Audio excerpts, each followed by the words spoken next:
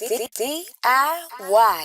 DJ Drama shows love to Felicia the GOAT as one of the greatest of this generation. Obviously, that is the handle on Instagram for Tyler, the creator. Tyler bringing bars on that legendary. Listen, when we talk about, in a sense, maybe underappreciated or somebody who doesn't get talked about in that sense, like, first of all, when it comes to the West Coast or when it comes to LA, there should never be a conversation about the greatest to ever do it without Tyler, the creator. Huge.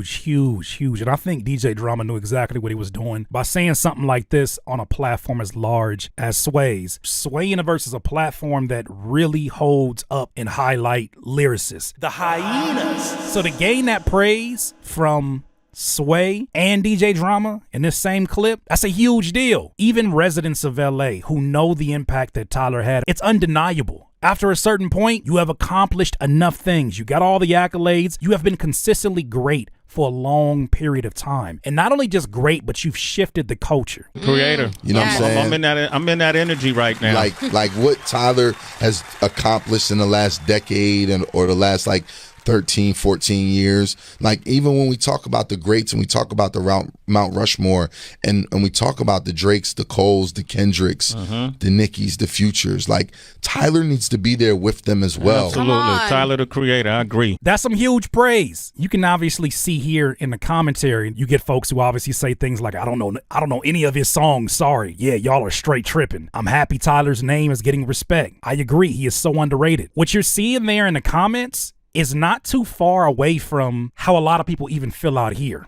I'm not one of those people. 13 to 14 years, that's crazy how long the experience of Tyler, the creator, from being the super punked out hip hop kid that came in with Odd Future, the one that was eating the roach, the one that was just making this polarizing music that was lyrically putting a lot of people in a very uncomfortable place, but had sonics that were undeniable. It kind of reminded you of an early Neptune sound. It was something that this region had never seen. And not only was he making his rounds on the internet, he was making waves on the internet without getting support from major blog websites when blogs were like the main thing. You talk about the Two Dope Boys. You talk about a lot of these platforms. I was like, I'm not putting any of this shit up here. That's not what quote unquote LA music sounds like. That's not what West Coast music sounds like. And I think that there's been a box that has been established by some of the leaders within the music out here in the West Coast, a lot by the media outlets out on the West Coast, who say, if it's not relevant in terms of the radio, if it's not relevant in terms of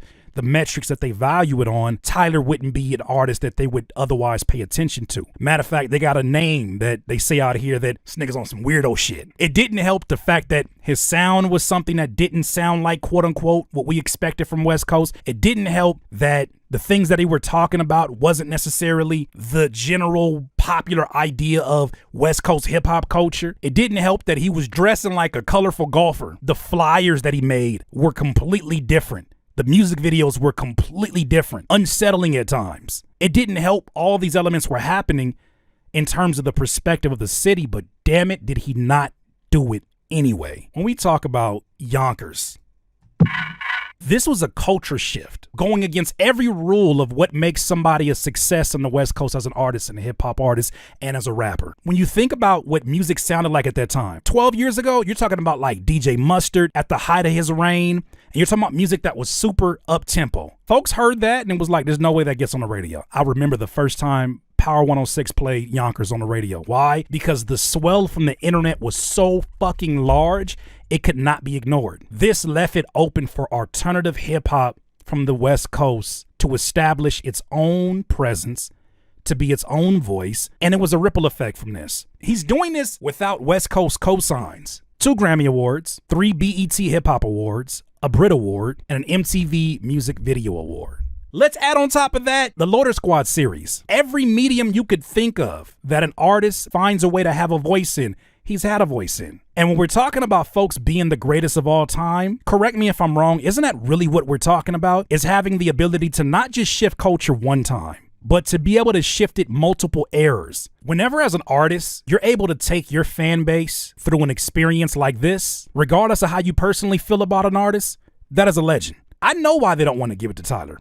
especially coming from where he comes from, the fact that he has identified as bisexual and the fact that he's been very open about that is really something that makes some people who are very stubborn about their ways not want to give him his props.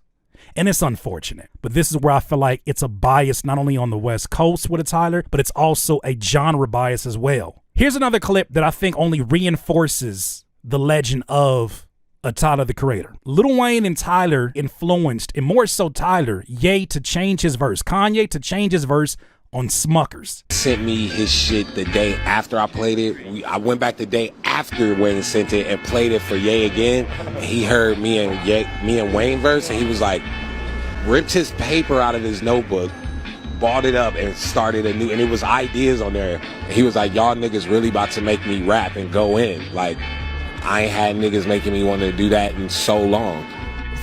It's unfortunate that people, in my opinion, don't give this man more props. Who's creating the sonics that support such a session that makes Kanye look at his paper, listen to what they're doing, and rip that up? Here's Lil Wayne adding more to the story. Well, Tyler changed the game. Maybe I probably had a line that I knew I wouldn't say because people might think it was too gross to put in the rap. It didn't go with the vibe of the song. But I think about, man, Tyler say this shit. Also, he really be spitting, though. If niggas not listening to him and only hearing him. Now, you got folks who have polarizing views of a Lil Wayne. I don't care what you say. Nobody has ever had a run like Lil Wayne had in that era of the Carters, that era of the Millie, the era where it was him on every single feature. I've never in my life seen anything like what we saw there. No matter what your views are of him as a lyricist, because I think he's absolutely one of the top lyricists of all time. When I listen to a lyricist say about someone else that is not necessarily always given that respect and props in Tyler, that, oh no, he raps his ass off. You can't just ignore that. So when I hear a Lil Wayne say that, to me it only reinforces not only the cultural impact of a Tyler, but also the musical impact of a Tyler. Need to do the other. They need to listen.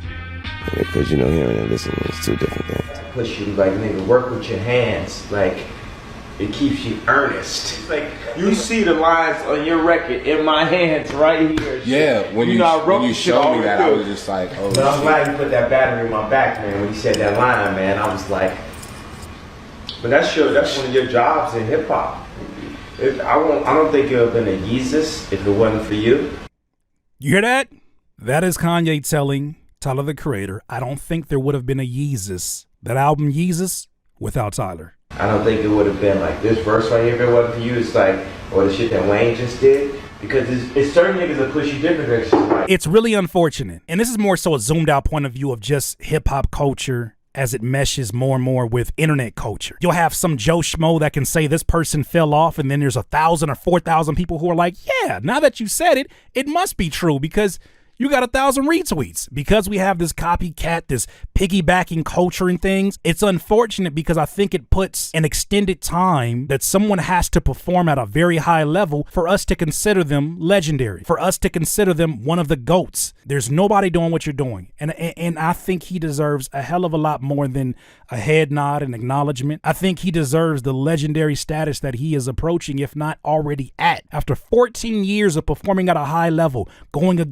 completely against the grain, coming from a Ladera, coming from a Los Angeles, coming from a part of California where music is known to sound like Snoop, known to sound like Dre, known to sound like the YGs, to come in and create the kind of body of work that he has, to have the impact that he has had on multiple facets of the culture, to do this at a high level and to still be doing it at a high level, where's the bar? And when do we finally acknowledge that Tyler the Creator is absolutely one of the greatest producers, artists, whatever you want to call it within hip hop, especially here on the West Coast? When do we acknowledge that? When do we give him his props? Only question I have. DIYers, if you enjoyed this content, make sure that you hit the like button and maybe even consider subscribing. Come on, man. Stop being greedy. Peace.